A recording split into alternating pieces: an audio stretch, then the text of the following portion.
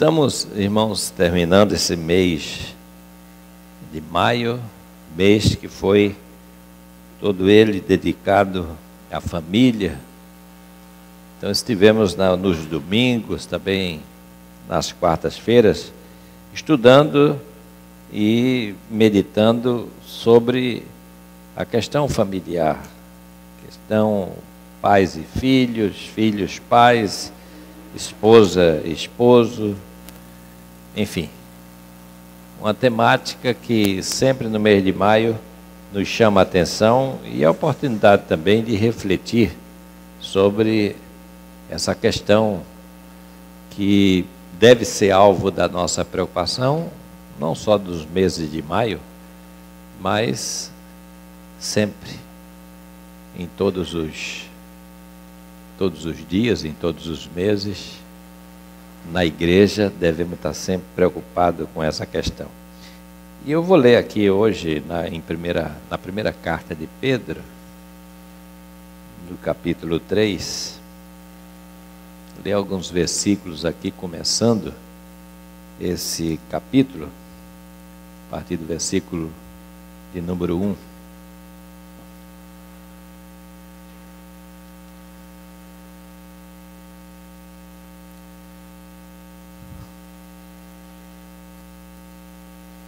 É, 1 Pedro capítulo 3, versículo 1, que diz assim: mulheres, sede vós igualmente submissas a vossos próprios maridos, para que, se alguns deles ainda não obedecem à palavra, sejam ganhos sem palavra alguma, por meio do procedimento de suas esposas, ao observarem o vosso honesto comportamento cheio de temor. Não seja o adorno das esposas o que é exterior, como frisado de cabelo, adereços de ouro, aparato de vestuário. Seja, porém, o homem interior do coração, unido ao incorruptível de um espírito manso e tranquilo, que é de grande valor diante de Deus.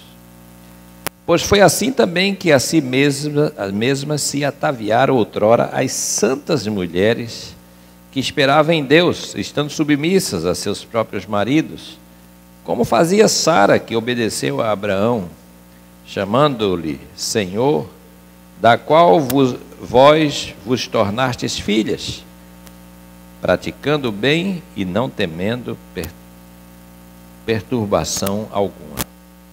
Maridos, vós igualmente, vivei a vida comum do lar com discernimento, e tendo consideração para com a vossa mulher como parte mais frágil, tratai-a com dignidade. Por isso que sois juntamente herdeiros da mesma graça de vida, para que não se interrompam as vossas orações.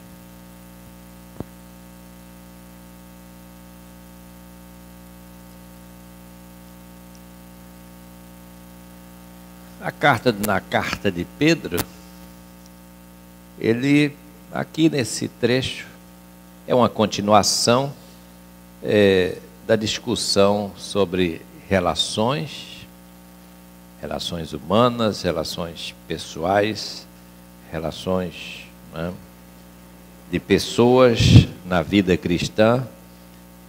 E aqui ele aborda a questão da relação marido-mulher. Depois de ter falado de submissão às autoridades, depois de falar também sobre os deveres daqueles que eram escravos, que havia muitos naquele período, ele exorta com essas palavras, né, que as mulheres devem ser submissas a seus maridos. E sem dúvida, isso é um texto e é uma expressão, assim, hoje em dia, muito complicada, muito difícil.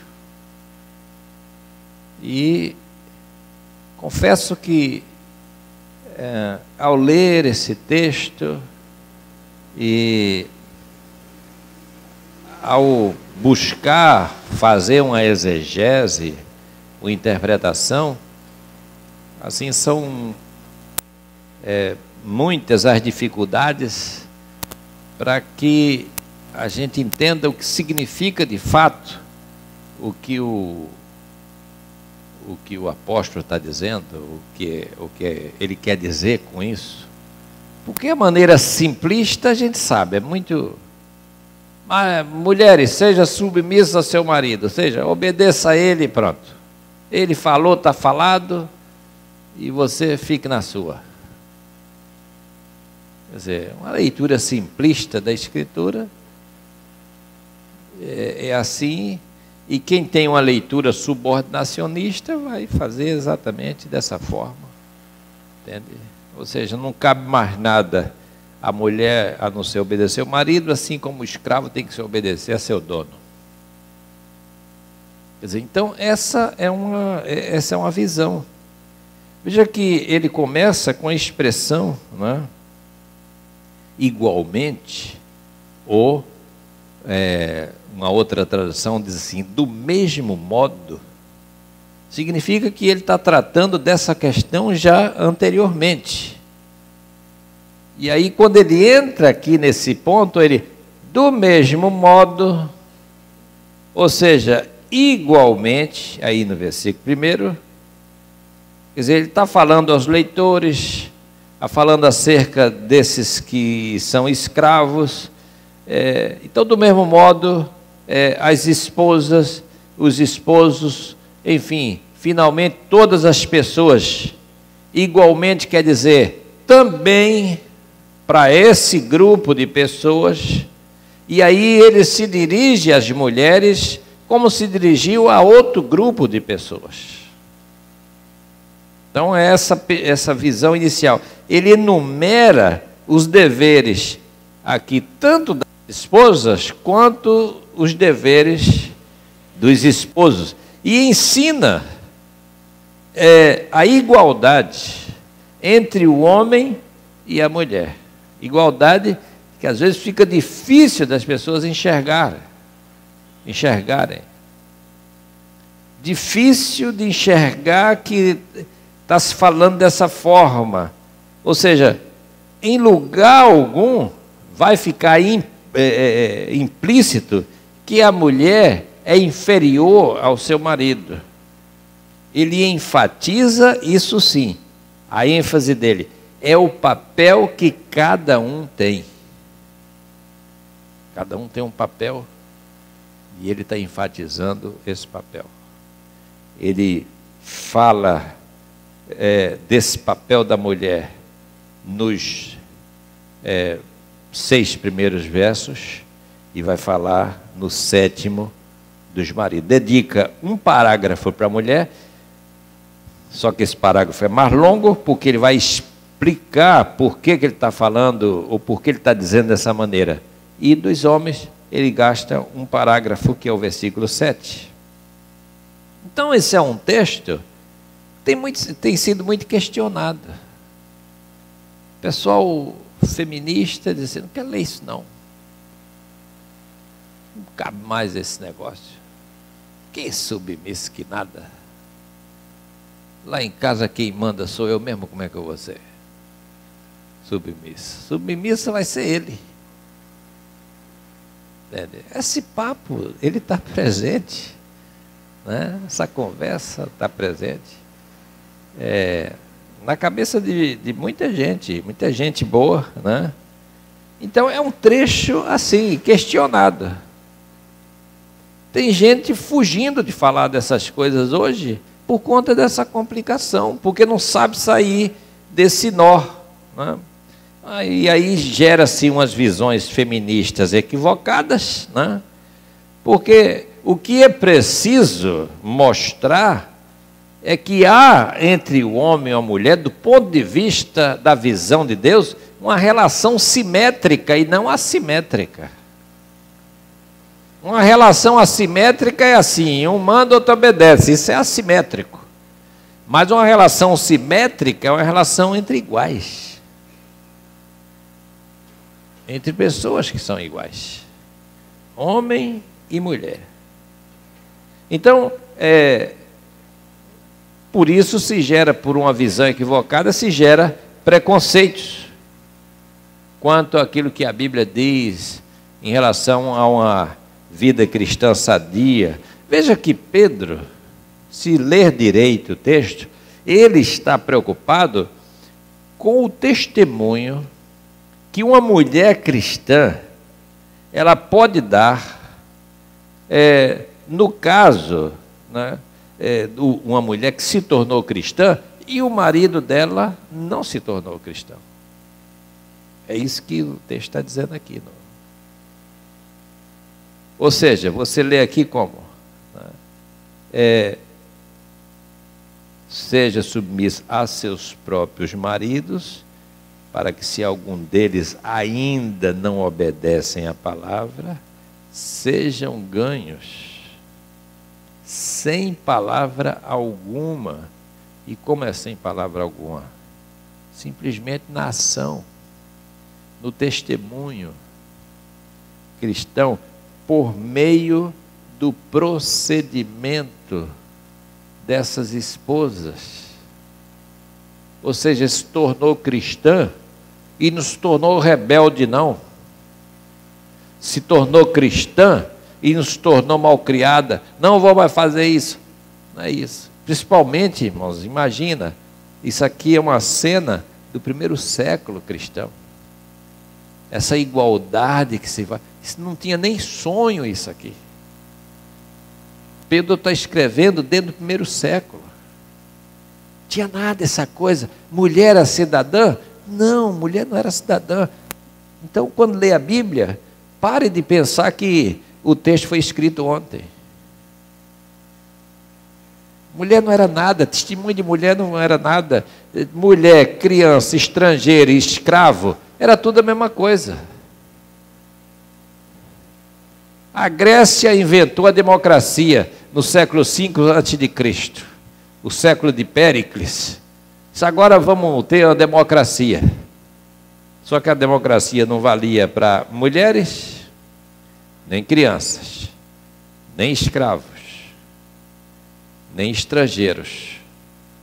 Ou seja, valia para quem? Para uma aristocracia, que era menos de 10% da população. Essa era a democracia grega.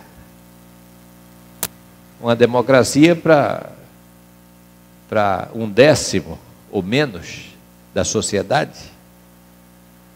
Não foi uma democracia que buscou o direito das pessoas, que disse: vocês são importantes, você é um ser humano, você tem direito de falar, você tem o direito de votar, você é cidadão ou cidadã. Não era isso. Então Pedro está escrevendo numa sociedade extremamente machista, uma sociedade de primeiro século, e uma igreja que refletia todo esse ambiente, porque não pode fugir. A igreja ela faz parte de um determinado contexto, um contexto social, político, econômico. Ela reflete essa sociedade, ela reflete o tempo em que ela está. Ela não pode fugir disso. Ela precisa sim ser uma sociedade, vamos dizer assim, de vanguarda, no sentido de que certas coisas a gente precisa ir forçando. A gente precisa falar: isso aqui tem que mudar, essa lei aqui, ela tem que mudar. Então, aí a gente, na visão cristã, e sem brigas, sem atropelo, mas a gente, não, vamos reivindicar isso aqui, e tal, e vai forçando, porque essa lei precisa de mudar. Isso a igreja pode fazer. Mas não é fácil. Isso não vai acontecer assim de uma hora para outra. Isso é preciso todo um tempo. É preciso que pessoas se gastem nesse sentido. Então, Pedro está falando, preocupado, que aquela mulher que abraçou a fé, que se tornou cristã, e o esposo não, que ela continue dando testemunho. Porque naquela época, uma mulher que abraçava a fé cristã, ela era considerada um infiel. Era infiel ao esposo e era infiel à religião que eles professavam. Então a mulher não tinha o direito naquele tempo de dizer assim, olha, você sei lá, você tem uma religião aí e eu agora vou ter outra religião. Não era assim não, gente. Isso é hoje que pode fazer isso. Uma mulher pode dizer assim para o marido, vá lá para a sua igreja que eu vou ficar aqui na minha. Tem mulher que faz isso, assim, não é pecado fazer isso, mas hoje é possível fazer isso. Conheço mulheres que casaram com pastores batistas e outros, mas disse assim, nós vamos casar, você vai ficar lá na sua igreja, eu vou ficar aqui na minha, tem nada a ver uma coisa com a outra, eu não vou deixar meu grupo de fé. E ela manteve isso, eles combinaram isso e viveram bem, ou vivem bem, assim, nessa combinação. Ele continuou lá na igreja dele, batista, e ela continuou na igreja dela, congregacional. Mas pastor, mas pode isso? Claro que pode, gente. Ninguém é obrigado a nada. Se no casamento você fica obrigado a alguma coisa, então acabou. Isso não é casamento, isso é o quê? Sei lá. É um cabresto? Entende? Então, mas naquele tempo, isso não podia. Então, Pedro está dizendo, olha, não é assim, eu aconselho a que vocês aprendam a lidar com essa situação. Então, que você se submeta dentro do seu casamento, se submeta de que maneira? Por meio de um comportamento exemplar, tenha um comportamento exemplar, e assim você ganha o seu marido. Ele vai começar armado contra você, porque você agora está com uma nova fé, uma fé estranha, que eles nem sabem direito o que é aquilo. Lembre-se, primeiro século, não é hoje que você diz assim, eu sou evangélica, e o cara sabe logo o que é isso, ser evangélica. Mas não era assim, não tinha nem nome. E aí Pedro está dizendo, olha, você mulher cristã, que está na igreja cristã, ganhe o seu marido, você não vai ganhar convencendo ele, ganhe pelo seu comportamento, sem dizer palavras, para que eles possam ser ganhos, vendo que você é uma pessoa, que você é uma pessoa dócil, você é uma pessoa equilibrada, você é uma pessoa, você não ficou rebelde, você está vivendo uma vida com dignidade. Ganhe o seu marido dessa maneira. Então ele fala a cada família e usa essa expressão assim, o seu próprio marido, para que isso seja para o ganho do seu próprio marido, dizendo que ele está tratando de casos específicos na unidade cristã, e ele não está falando para a sociedade em geral, mas ele está falando para esse caso da igreja. Então ele não dá indicação aqui, ele não está dizendo assim, olha, um dos cônjuges é superior ao outro. Ele mostra que a esposa deve ter consciência da ordem divina que trata do relacionamento entre marido e mulher, entre homem e mulher. Ou seja, nem Pedro, nem Paulo estabeleceram essas ordens para o casal. É só olhar as próprias ordens, as normas que o próprio Deus estabeleceu. Foi Ele que disse como que seria. E aí você vai encontrar essas normas lá em Gênesis, depois Paulo repete elas em 1 Coríntios capítulo 11. Mas o que Pedro aqui está dizendo para essas esposas é assim, testemunhes da sua fé, testemunhe sem palavra. Testemunhe simplesmente pelos seus atos, pela sua maneira de ser. Seja cordial, seja amiga, seja companheira. E aí, essas atitudes vai desarmar aquele coração duro, aquele coração que já está armado contra aquilo que está acontecendo com a sua esposa, com a sua mulher. Ele já armado, então ele vai, pela atitude dela, está dizendo, desarme ele com as suas atitudes. E esse marido, Pedro está dizendo, eles vão ser ganho ao observarem o comportamento honesto dessas mulheres. Mulheres assim, cheias de temor. Versículo 2, olha como ele diz: ao observarem o vosso honesto comportamento, cheio de temor. Então veja que é uma questão ética. É a questão da maneira como a gente se coloca, a maneira como a gente se vai diante do outro. Não é chegando e dizendo, agora eu sou cristã, agora cuide da sua vida que eu vou cuidar da minha. Não é isso. Pedro está dizendo, não faça assim. Não faça assim. E aí, por isso que ele começa a dizer aqui, ó, a beleza, a sua beleza, não deve vir de, versículo 3, de adornos, de penduricalhos, de balangandãs, sei lá, essas coisas.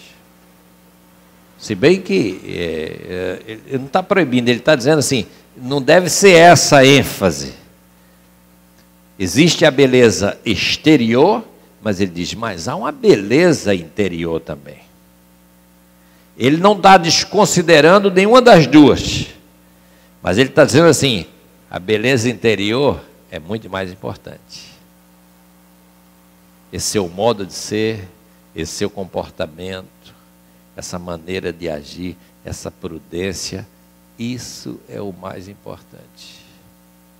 Por isso que eu sempre me refiro nas minhas falas a uma mulher como Abigail. Gosto muito de Abigail, porque Abigail é a mulher da Bíblia, é aquele senso de prudência, de equilíbrio. Porque quem tem um marido como Abigail teve, um maluco, um doido, um rebelde,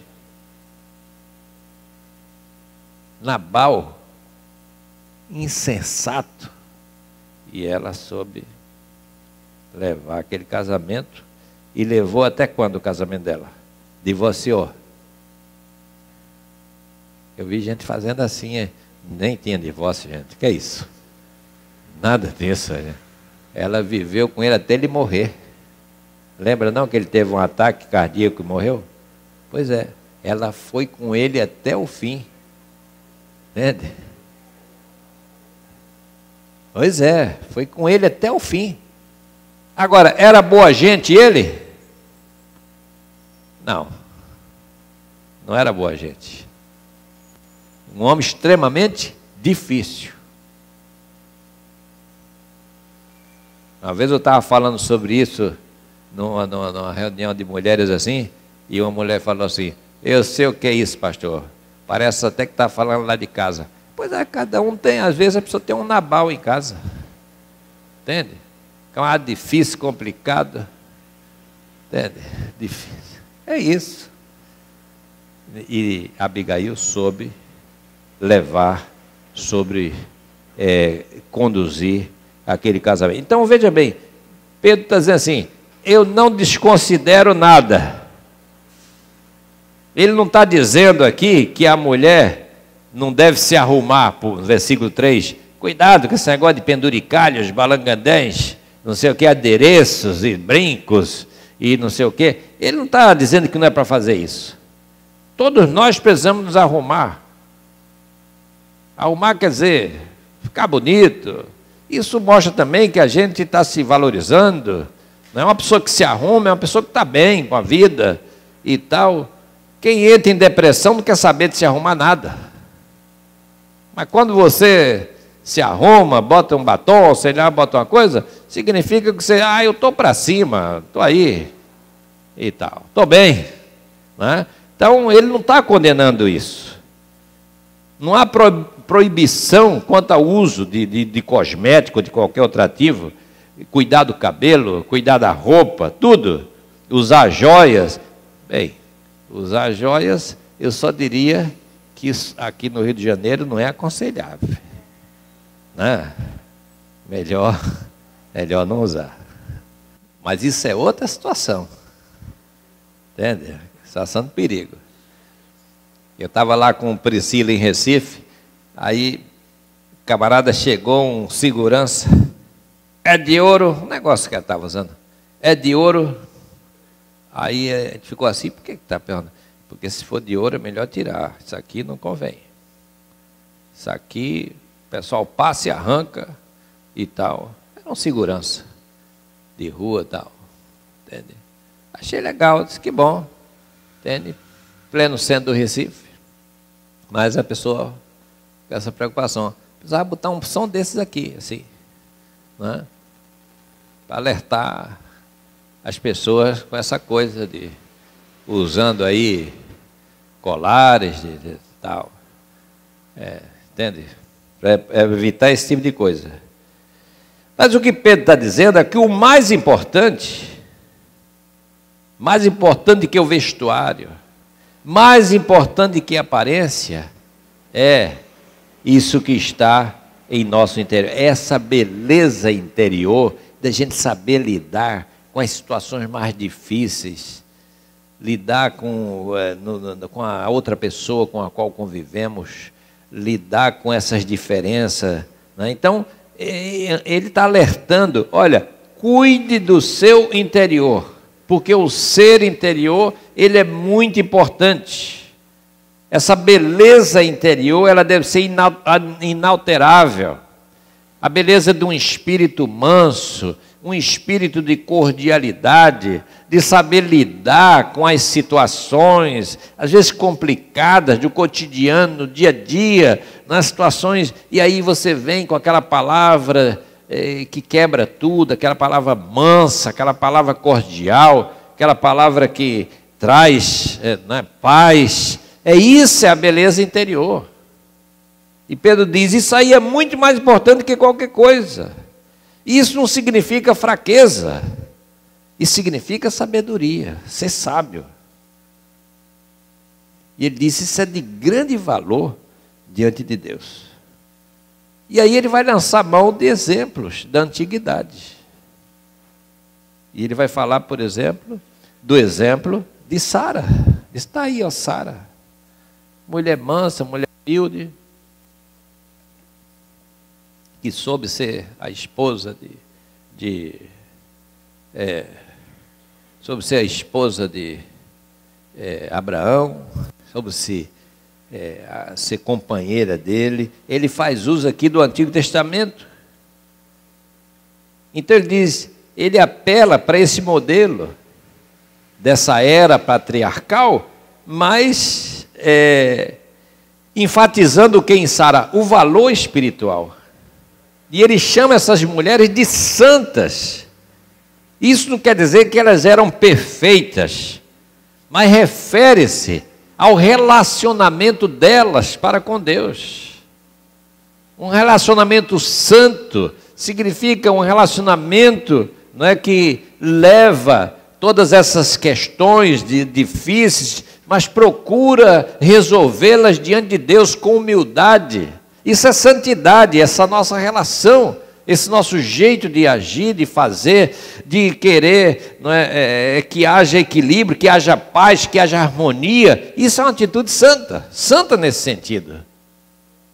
Não santa santidade que não tem erro, não é isso que ele está falando. Mas sim na questão do relacionamento. Espírito manso, tranquilo. Isso é algo precioso diante de Deus. Essas mulheres que ele cita aqui eram mulheres que esperaram em Deus, que souberam esperar em Deus. Mulheres que se cuidavam, mas se cuidavam num espírito de mansidão e que sabiam ser submissas no sentido de saber lidar com seus esposos, com seus maridos, de viver em cordialidade, viver em paz com eles. Isso é uma coisa muito importante. A gente diz assim, Abraão é o pai dos crentes, mas Sara é a mãe. Quem seria Abraão se não fosse Sara? A gente diz assim, Abraão creu, mas Sara creu também. Assim como Abraão desejou ser pai já sendo velho, Sara também teve fé para desejar as alegrias da maternidade sendo velha. A gente pensa que Deus fez um milagre assim, tum, nasceu um menino, tum, nasceu Isaac, nasceu do nada. Não, foi um velho e uma velha que se desejaram. E num tempo que tinha passado, Abraão desejou Sara e Sara desejou Abraão de novo.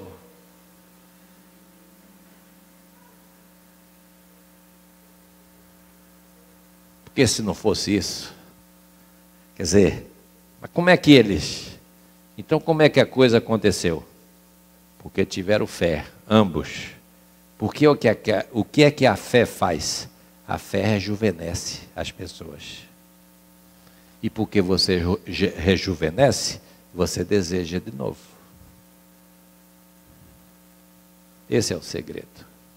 A fé nos rejuvenesce. Quem tem fé fica jovem de novo. Quem tem fé fica igual criança, igual menino. A fé faz a gente pular de alegria. A fé recobra o nosso ânimo. A fé nos levanta. A fé nos anima.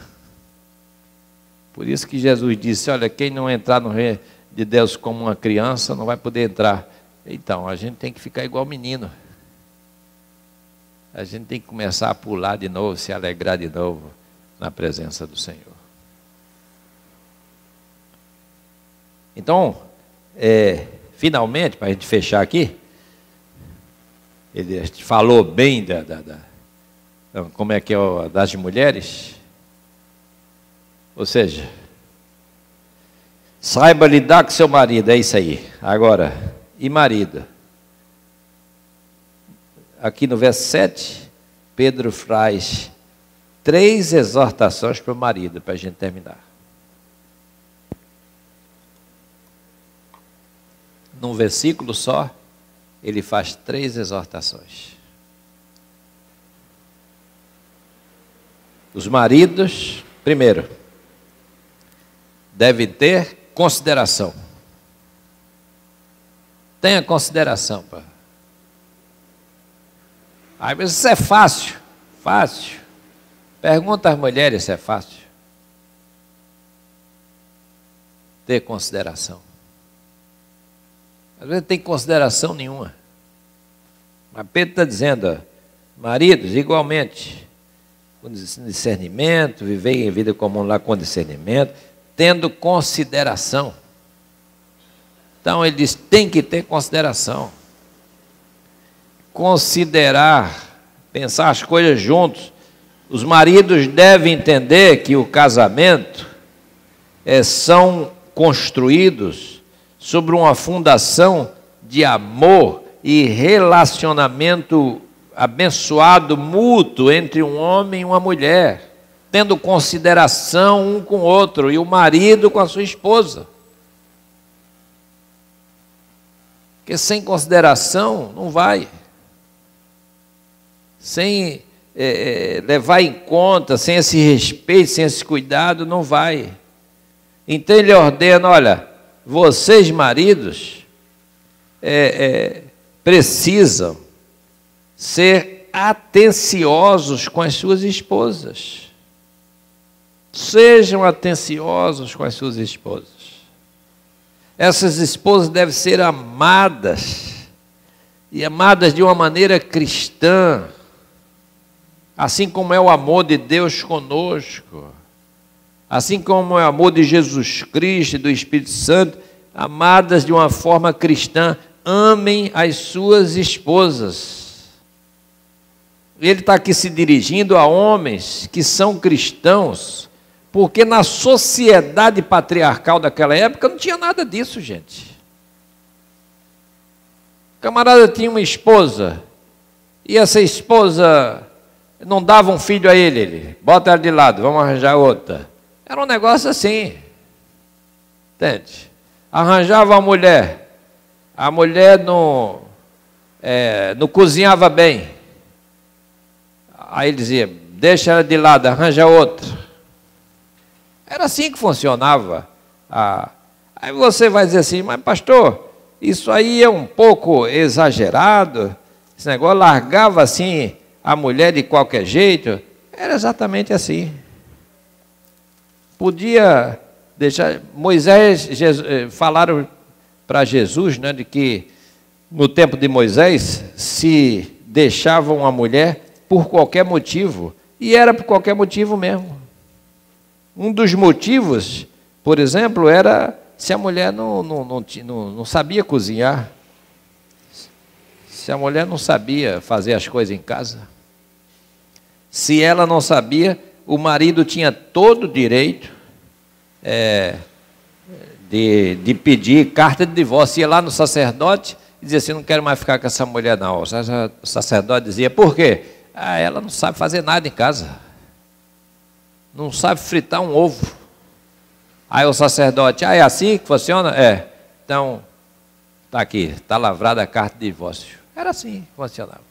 Então, claro que Pedro não está falando, a igreja, irmãos, a igreja cristã, a fé cristã, ela trouxe a igualdade entre o homem e a mulher. Não foi só dizer assim, Jesus Cristo salva, isso é o principal, Jesus Cristo salva. Mas na vivência cristã foi ensinado que marido e mulher devem se respeitar mutuamente, deve ter uma vida de comum acordo, deve se respeitar. O marido não é mais do que a esposa não é mais do que o marido. Então Pedro está dizendo isso aqui aos maridos cristãos, ali naquele início, ele diz, as suas esposas devem ser amadas. Você não deve ser casado porque ela é uma herança de guerra, porque um pai deu, porque ele ofereceu para você. Não é só isso não, ame a sua esposa. Não é mais aquela visão patriarcal. Agora vocês, como conhecedores do Evangelho de Jesus Cristo, vocês devem projetar a sua relação com a sua esposa na base da relação de Jesus Cristo com a sua igreja. Os maridos cristãos devem amar as esposas, respeitar as suas esposas de acordo com a palavra de Deus. É assim que vai funcionar. Ou seja, Pedro está colocando uma nova ética, uma nova visão para um casamento, uma visão que não tinha. Isso para a gente hoje parece uma coisa assim arcaica, ultrapassada. Isso na carta, era uma grande novidade. Ninguém nunca falou assim. Respeitar a esposa, para que isso? Entende? Se o camarada podia ter 1, 2, 3, 4, 5. Hoje no Oriente limitaram a 4 esposas. Lá o árabe lá pode ter 4 mulheres. Isso é uma coisa já moderna. Naquele tempo era quantos pudesse. E aí então ele dá essa palavra, ele faz essa exortação, né? E diz assim, é mostrar respeito. E esse mostrar respeito conduz a quê? A uma atitude de reconhecimento dos valores da mulher. Ela dizendo assim, sua mulher tem valor, rapaz. Aprenda a reconhecer os valores que a sua mulher tem. Você nunca parou para pensar nisso? Mas sua mulher tem valor. A mulher pode até ser mais fraca fisicamente, mas mesmo que for assim, ela não é mais fraca em nenhum outro sentido. Pode ser fisicamente. E tem suas exceções aí, porque tem mulher que dá umas bolachas nos camaradas aí. Eu mesmo conheço um que apanha da mulher. Entende? Mas se for mais frágil assim, né, em outra situação, ela é mais fraca, nem intelectualmente, nem moralmente, nem quanto à coragem, nem quanto à força espiritual. Ai da maioria dos homens, se não fosse a mulher ali, segurando ali, ó. O cara chega em camarada, chega em casa, todo para baixo, e a mulher, nada, vamos lá, vamos sair dessa e tal, vamos superar esse negócio aí. Não, vai dar certo, a gente vai conseguir. E o camarada, entende? Olha lá, olha o valor. Entende? Se não é aquela mulher... Tem uns camaradas aí que exageram nesse negócio assim. É claro que a mulher, assim, os dois tem que estar meio a meio, 50%, 50%, porque um outro dia eu fui numa cerimônia de, acho que era 40 anos de pastorada de um pastor, e na hora dos agradecimentos ele falou assim: quero agradecer minha mulher, porque 70% do meu ministério é ela. Eu disse: poxa, ele só faz 30%? Está fazendo nada esse camarada, rapaz. Também aí acho que é um exagero, pô. Ele falou isso, deu exatamente 70% ao Vitor. 70% do ministério dele era ela. Eu digo, então, coitada dessa mulher. Está fazendo o dela e o dele. Entende? Está muito ruim. Vamos botar pelo menos meio a meio aí, poxa. Aí, mais 70% está muito, pô. Se bem podia até ser verdade, mas está errado. Então ele está falando aqui de respeito. Há uma atitude de reconhecimento dos valores da mulher. É isso que ele está falando. Na sociedade a visão é totalmente contrária. Mas na vida cristã, marido e mulher são herdeiros da mesma graça. Então, quando o marido não honra e respeita a sua mulher, não pode orar com ela. Não faz sentido oração num ambiente de brigas, de intrigas, de ofensas, a não ser que sejam orações pedindo perdão pelas ofensas. A gente tem que orar nessas 5 atitudes, irmãos, para a gente fechar aqui, ó. Em viva, em harmonia, que haja harmonia, que sejam compassivos, que se amem fraternalmente, que sejam concordantes e que sejam humildes diante de Deus. Essa atitude vai refletir a glória de Deus na vida dessa família, na vida desse casal. O Cláudio quase não me trouxe água hoje, mas pega mais uma aguinha lá, o diácono está fraco. Então que o Senhor nos abençoe, irmãos, como corpo de Cristo, que o Senhor nos ajude para que nós possamos ter famílias fortes, sólidas, marido e mulher, amando e respeitando-se uns aos outros no temor do Senhor. Que Ele os abençoe. Amém.